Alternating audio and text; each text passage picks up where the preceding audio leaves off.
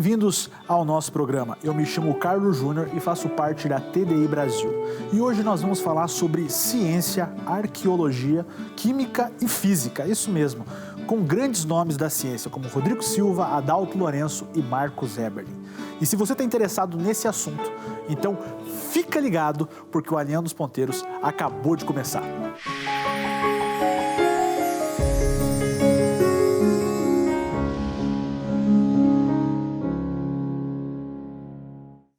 Como tudo começou?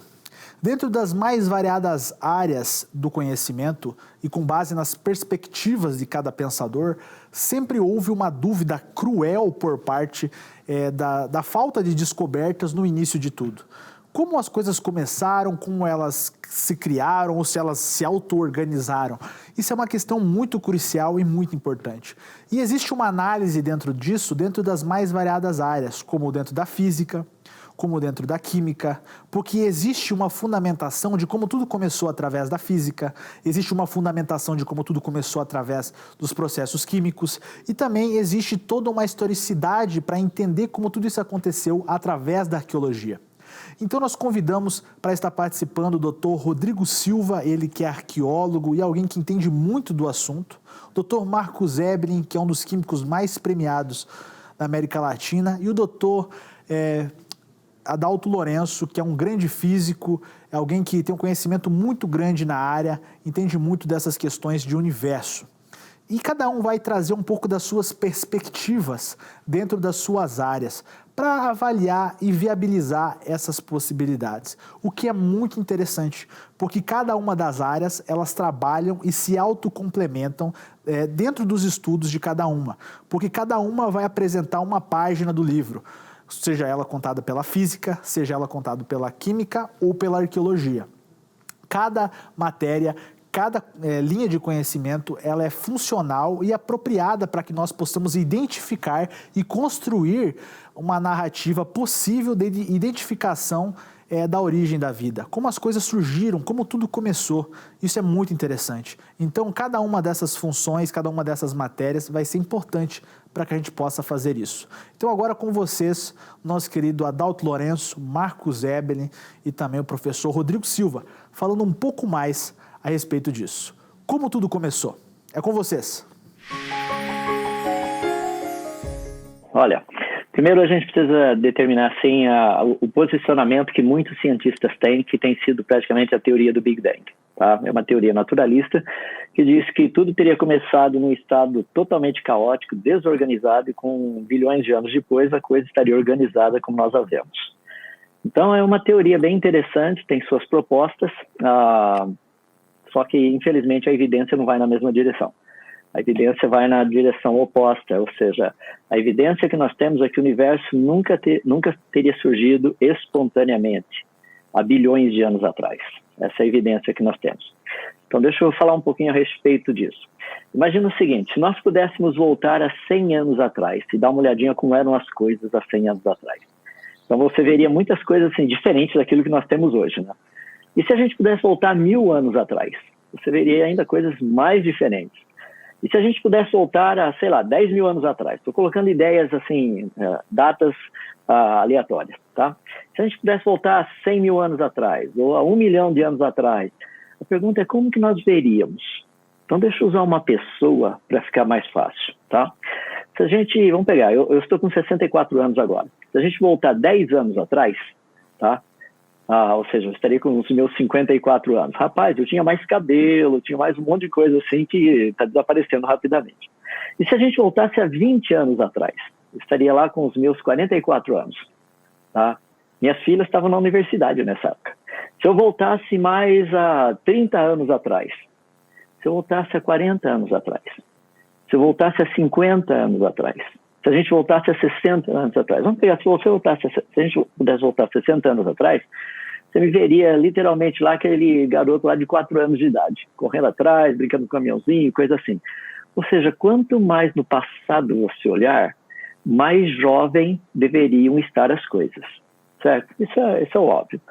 Quando nós estudamos o universo, é muito legal porque, na verdade, nós estamos olhando no passado. Eu sempre comento com as pessoas, eu pergunto, você está vendo o sol? Quer dizer, o sol está brilhando agora? Geralmente as pessoas falam, sim, claro que está brilhando agora. Bom, depende de onde você está, né? Agora ele não estaria brilhando aqui do nosso lado porque está escuro, mas do outro lado está brilhando. Então, se eu perguntasse lá para minha filha que mora lá na Coreia do Sul, o sol está brilhando agora? Qual seria a resposta científica dela? A resposta científica seria, pai, eu não sei, né? O senhor perguntou agora eu não sei. Eu sei que há 8 minutos e 20 segundos atrás o sol estava brilhando, porque foi o tempo que demorou para a luz sair do sol e chegar até aqui.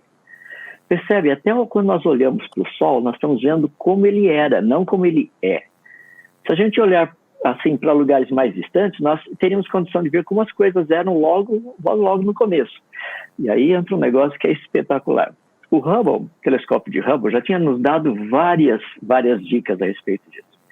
Por exemplo, nós olhamos galáxias que estão a bilhões de anos-luz da gente. Rapaz, são galáxias assim maduras, sabe? Quando eu falo maduras, tem os elementos químicos que você encontra aqui na nossa galáxia, no nosso Sol. Então não é uma coisa assim, você não vê nada jovem, criança, bebê, por exemplo, no universo. Isso aí já começou a acender algumas luzinhas. Isso está vindo mais ou menos desde 2000, por ali assim. O Hubble já estava com quase 10 anos de idade, tá? 2011 descobriu uma coisa assim que todo mundo ficou pasmo, causou um mal-estar, entre aspas, na ciência. Em 2011, descobriu-se, assim, num sistema muito distante da gente, no início do universo, moléculas de água, H2O. Isso daí detonou a coisa. Por quê? Inclusive o artigo científico diz o seguinte, que essa é mais uma evidência que água encontra-se de maneira predominante desde os primórdios do universo. Rapaz, eu já li isso em outro livro, que foi muito interessante, porque a água estava desde o início. Agora, como explicar a existência de água no início? Percebe? Porque para que a água se forme, você teria que ter estrelas que estão passando pelos processos de fusão nuclear, aquele negócio todo, para produzir oxigênio. As estrelas teriam que explodir, literalmente, para daí o oxigênio juntar com o hidrogênio e formar água, e a lista vai. Agora, encontrar isso logo no início do universo, daí foi um problema. E agora a gente está numa situação muito assim legal, porque agora a gente tem o James Webb Space Telescope, o telescópio do James Webb, que é um negócio espetacular. Ele literalmente ele está examinando, quer dizer, pelo menos começou a examinar, deu uma paradinha, espero que volte logo de novo, examinando as frequências, os comprimentos de onda que estão vindo das galáxias mais distantes, para a gente saber quais são os elementos químicos presentes. Rapaz, é fascinante, porque eu trabalho com isso numa empresa aqui, a gente trabalha com essa área de espectrometria, então é bem legal, a gente pega ali e sai comparando os negócios e fala, isso aqui é ferro. Ferro no início do universo, como é que pode isso? Não tem condição. Ou seja, não teria dado tempo para as coisas acontecerem. O que eu estou querendo dizer é o seguinte, a evidência nos mostra algo espetacular, é que o universo foi trazido à existência pronto, completo, complexo, perfeitamente funcional. Nós já tínhamos uma lista imensa de galáxias poeirentas, extremamente massivas, com muitos elementos, a gente chama elementos químicos metálicos em estrela, é tudo que está acima do hélio. Então, um monte de elementos químicos lá que não deveriam estar. Inclusive, saiu um artigo bem interessante, um comentário bem interessante na Scientific American, e dizendo assim, cientistas encontram o que não deveria estar lá. Achei super legal. Até mandei um recadinho pro pessoal lá, falei assim, cientistas encontram aquilo que a Bíblia disse que estaria lá. E está lá mesmo. A gente só encontrou o que a gente deveria encontrar. Mas percebe, a teoria do Big Bang, nela, esse tipo de elementos químicos que nós estamos encontrando no início do universo não deveriam estar lá. No início do universo não deveriam haver galáxias que possuem elementos químicos com essa quantidade absurda e de elementos químicos pesados, que tenham demorado assim, o tempo do nosso Sol, aqui 4,5 bilhões de anos, segundo o que eles falam, para ter chegado a ter a composição química que ele tem hoje. Então, o que nós estamos vendo é de uma forma muito interessante, é que o universo foi trazido à existência completo, complexo, perfeitamente funcional. Cientificamente falando, é a evidência que a gente tem. Então, isso aí não é um problema para a gente. Tá? Então, é assim, um negócio que é bem de boa olhar. Agora, as pessoas falam, não, isso é religião. Não, religião não, isso é fato científico. Quando você pega e mede o espectro de estrelas de galáxias e você fala, isso aqui é cromo, isso aqui é ferro, isso aqui é sódio, isso aqui é, sei lá, fala, ó, isso é evidência. Então não tem como a gente poder escapar disso. O problema que tem acontecido, que é um problema muito interessante, é o seguinte: as pessoas pensam o seguinte, mas não demorou, essa galáxia não está a bilhões de anos-luz da gente? Sim, está. Não teria demorado bilhões de anos para a luz chegar até aqui? Esse é um raciocínio que as pessoas têm. A minha pergunta a respeito disso, meu comentário a respeito disso é o seguinte: se você quiser associar distância e tempo, tudo bem, a gente pode fazer isso. Ou seja, teria demorado bilhões de anos para a luz chegar até aqui. Se demorou bilhões de anos, então eu estaria vendo como isso era bilhões de anos atrás. E há bilhões de anos atrás não poderia ser maduro, teria que ser criança, teria que ser jovem, teria que estar no início da vida. Não é isso que a gente vê. Então, quando nós olhamos de uma forma específica o universo, volta e vamos àquele ponto. A evidência aponta para um universo que foi trazido à existência completo, complexo e perfeitamente funcional. Então, é um negócio que eu defendo que meus amigos não gostam muito, tá? Mas eu vou falar de qualquer forma. Pelo que tudo indica, o efeito Doppler, para a gente ver assim, distância que existe de galáxias e tudo mais, isso aí só foi nos dado para a gente ter uma ideia da distância e não do tempo para que a luz demore para chegar até aqui. Essa é a impressão que eu tenho. Percebe a diferença? Eu consigo medir a distância, só para eu ter uma ideia do quão grande o negócio é. Mas não necessariamente para saber quão antigo ele é. Por quê? Se ele tivesse surgido espontaneamente, ao olharmos para lugares diferentes, distantes e diferentes, nós veríamos corpos celestes, galáxias, estrelas, etc., que estão em estágios diferentes de desenvolvimento. Mas não é isso que a gente tem visto. Tá? Só para completar, sistema solar. Então, o universo desse jeito. Sistema solar. Rapaz, para e pensa, não é tudo farinha do mesmo saco? É o que te diz, não é? É nada. A gente tem estudado aí os sistemas todos, luas e os planetas de uma forma geral, literalmente, não é farinha do mesmo saco. Por exemplo, o Elon Musk está tão animado em levar gente para Marte e tudo mais, vamos levar o pessoal para lá, etc. e coisa e tal. Só tem um problema: Marte não tem os elementos químicos necessários no solo para a gente fazer planta crescer. Ué, por que a Terra tem? Não é tudo farinha do mesmo saco? Deveria ter lá também. Então, essa variedade que nós encontramos no sistema solar mostra que o negócio não é farinha do mesmo saco. Professor, e eu vi o pessoal comentando aqui, e esses planetas que cada vez aparecem aí nas notícias, tem um planeta que é igual à Terra, cada vez sempre está lançando aí um planeta supostamente igual à Terra. Como é que a gente explica isso? Simplesmente vão ver qual igual ele é com a Terra. É só comparar.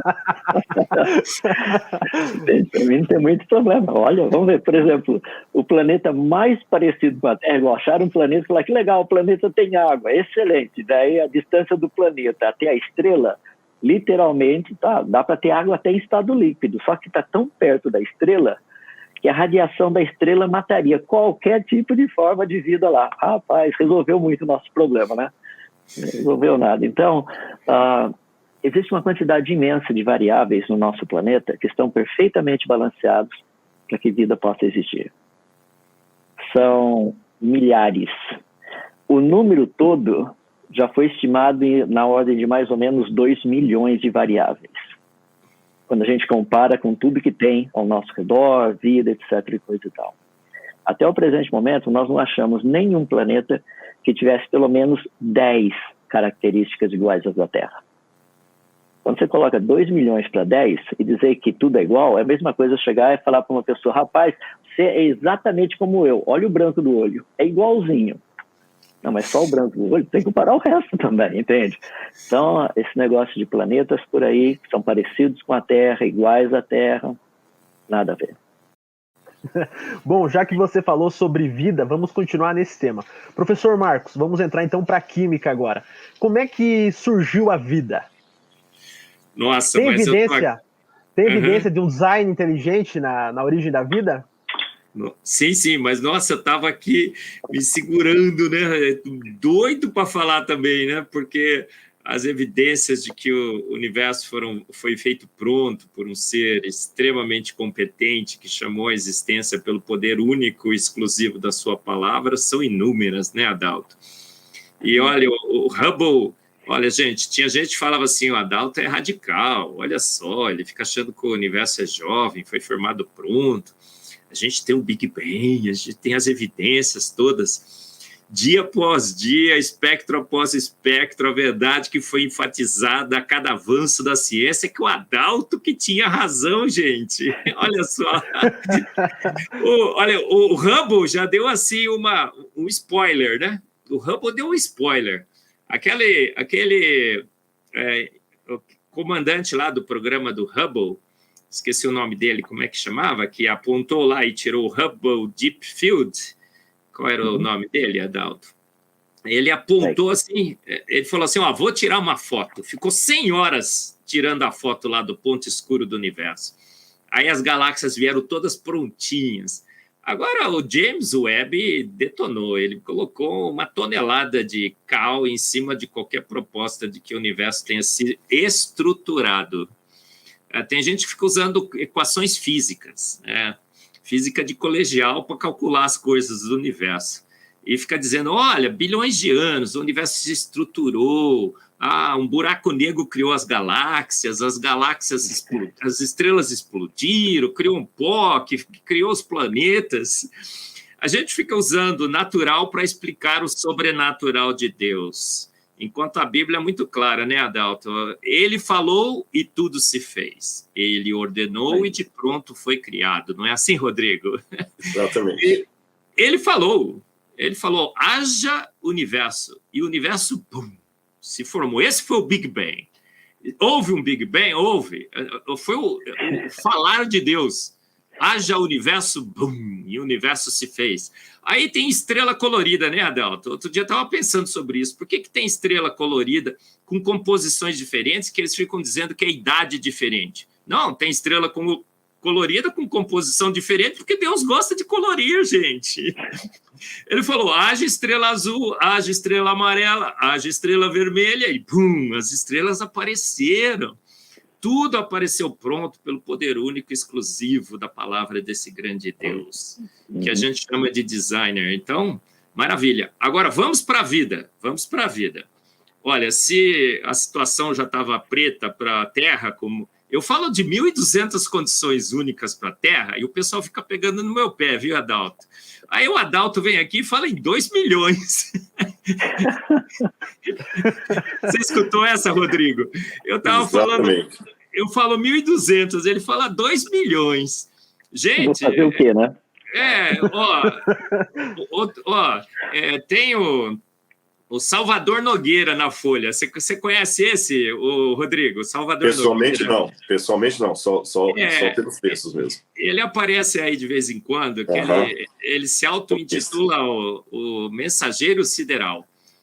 E a outro dia ele falou assim, extra, achamos outra Terra. O Kepler 168F. 186F. O Kepler, a única coisa que ele tinha era a distância naquela região que eles falam de região habitável. Quando eles falam região habitável, você já fica vendo um monte de ET lá, né? Peraí. Umazinha, merazinha, condiçãozinha. Enquanto o Adalto disse, gente, vocês escutaram o mestre falando? De universo, né, Rodrigo? Vamos combinar que o mestre está aqui, esse fundo preto aí. Exatamente. 2 milhões, gente. Agora, vamos para a vida, né? Eu gastei muito meu tempo, então eu vou falar pouco da vida. Olha, se o universo já é um absurdo, ele foi feito pronto, a vida não tem jeito. A complexidade redutível no design inteligente deixa claramente exposta essa verdade. Deus disse, haja vida, e houve vida. É a história do ovo e da galinha. Ele disse, haja galinha com o ovo dentro. e houve galinha com o ovo dentro. As reações todas são extremamente lentas. Você precisa de enzimas para acelerar essas reações. Para crescer proteína, os aminoácidos precisam reagir na posição certa. Tem 20 outras reações competindo. Impossível. Então, você tem lá ribossomos com as suas mãozinhas tricotando as nossas proteínas. É um direcionamento mecânico para que os pontos certos se conectem. As moléculas são homoquirais, mão direita, mão esquerda, só tem mão esquerda para aminoácidos. As máquinas todas da vida são indispensáveis para energia, para proteína, para erros, reparos no DNA. Se você não tem essas máquinas desde o início. Então, eu falo no meu livro Fomos Planejados, que o Carlinhos tá lá na estante dele, não sei se vocês estão vendo ali em cima, que, olha, é uma ilusão totalmente ilusória, é um delírio, Dawkins, que me desculpe, ou depois o Rodrigo vai mostrar outro livro do Dawkins aí, né? Delírio é acreditar que o universo se estruturou ao longo de milhões de anos. Nunca isso seria possível. Delírio é achar que naquela sopa ácida, escaldante e venenosa, aquela ameba, que seria a nossa tataravó, evoluiu e deu em 4 amebas evoluídas aqui nessa live. A ameba do Carlos, a ameba do Adalto, a ameba do Rodrigo e a ameba eu, né? Eu não sou nada, eu sou pó, mas pensa no Adalto, pensa no Rodrigo Silva, gente. Essa mente brilhante, nosso irmão em Cristo, Rodrigo Silva, um homem... Gente, eu vou contar um negócio aqui, a gente ia começar essa live sem orar. Quem chamou a oração? Nosso irmão Rodrigo Silva. Rodrigo, foi sensacional isso daí, falar cara. com o designer, né? Foi sensacional isso. Eu acho que eu chorei aqui, viu? E maravilha, glória a Deus. A gente não pode... a gente está no design inteligente aqui, a gente devia ser meio neutro em relação a quem seria o designer. Mas, gente, vamos admitir, vamos. Ô, Rodrigo, você tem dúvida? Não. Adalto, você tem dúvida? Ô, Carlos, você tem dúvida? É óbvio que é o grande Deus, é o Deus bíblico que fez todas as coisas pelo poder único, exclusivo da sua palavra, fez o universo pronto. Ele falou, pum, e o universo se fez. Lázaro sai para fora, Lázaro saiu imediatamente. Haja vinho e houve vinho. Vou andar sobre as águas, gravidade, não dou bola nenhuma para você. A gente fica tentando explicar o sobrenatural com o natural. Rodrigo Silva, vou fazer uma pergunta para você, porque sempre tive forças. Quando a mulher que vertia sangue tocou em Jesus, Jesus disse, senti que de mim saiu poder. Uhum. Que poder foi esse? Foram forças eletromagnéticas? Foi gravidade? Não. Foram forças nucleares? Porque só tem essas 3 forças naturais que nós conhecemos. Dá para explicar esse milagre de Jesus com forças naturais? Não. São poderes divinos, tanto é que algumas traduções, quando ele fala sinto que de mim saiu poder, algumas até traduzem como sinto que de mim saiu virtude, que é uma tradução melhor do que poder. Né? Sinto que de mim saiu virtude, algo que somente ele poderia dar.